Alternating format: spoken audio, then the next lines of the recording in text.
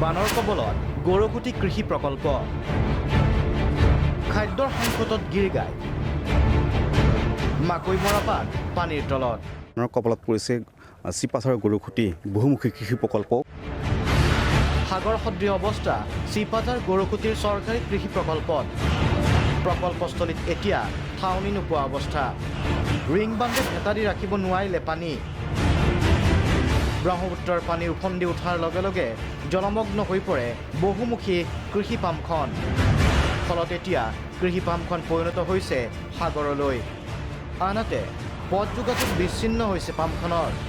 যোগান নাই গিৰ গাইৰ খাদ্যৰ উৎপাদিত গাখীৰ বিক্ৰীও কৰিব পৰা নাই কৃষি পামখনত ফলত শ লিটাৰ গাখীৰ নষ্ট হোৱাৰ দিশত গোচালাৰ ক্ষেত্ৰত এনেকুৱা হৈছে এতিয়া গৰুকেইটা আমি ৰাখিবৰ কাৰণে জেগা নাই আমি পানী নুমাই দিলেও পানীখিনি নামি নাযায় খাদ্যৰ অভাৱ ঘটিছে যিহেতু ছাপ্লাই আনিব পৰা নাই এতিয়া বৰ্তমান কিমান গৰু আছে এতিয়া প্ৰায় 350ৰ ওপৰত গৰু আছে পানীৰ তলত 1200 বিঘা ভূমিৰ মাকৈ 600 বিঘা ভূমিৰ মৰাপাতো পানীৰ তলত ইয়াতে মাকৈ আছিলে মৰাপাট আছিলে মাকৈ কিমান বিঘা আছিলে মাকৈ 1200 বিঘা আছিলে এতিয়া ছিঙিব পৰা মাকৈ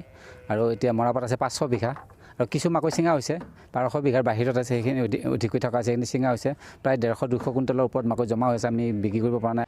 পামখনৰ অধ্যক্ষ পদ্ম হাজৰিকা স্থানীয় বিধায়ক ডক্টৰ পৰমানন্দ ৰাজবংশীও হৈ পৰিছে উপায়হীন এতিয়া চাৰিওচাইডে পানীৰ কাৰণে বহুত হাহাকাৰ হৈ গৈছে মানে যান বাহন আহিব পৰা নাই ইফালৰ পৰা সিফালে মানুহ অহা যোৱাটো প্ৰায় বন্ধ হৈ গৈছে চাৰিওচাইডে পানী কেৱল পানী উল্লেখ্য যে পামখনৰ এনে বিপৰ্যয়ত দিশহাৰা হৈ পৰিছে কৃষকসকল চিপাঝাৰৰ পৰা নিৰঞ্জন শৰ্মা প্ৰাগ নিউজ